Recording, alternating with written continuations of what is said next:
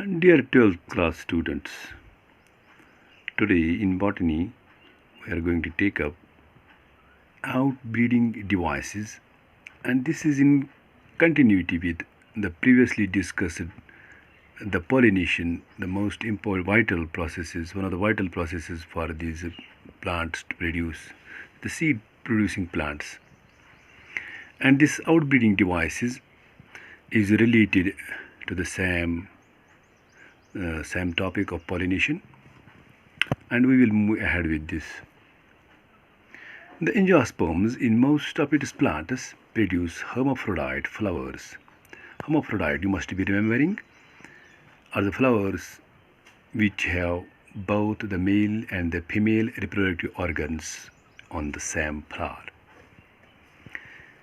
wherein the pollen grains are likely to come in contact with the stigma of the same flower. As the pollen produced and the stigma lie within the same flower, the flowers are most likely to get pollinated. And the result of this continuous self-pollination is referred to as the inbreeding depression. And this inbreeding depression is the result of the continuous self-pollination, because no variations or no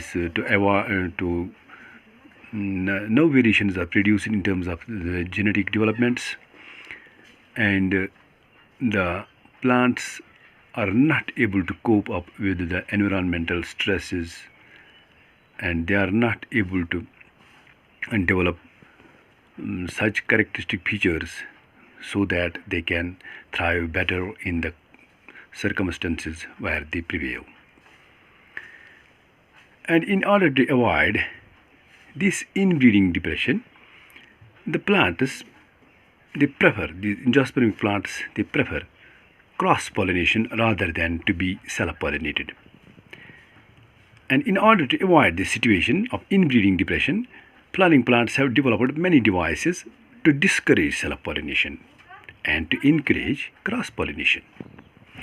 And in some species, pollen release and stigma receptivity are not synchronized. That means they do not take place simultaneously. Either the pollen is released before the stigma becomes receptive, or the stigma becomes receptive much before the release of pollen, so as to avoid self-pollination.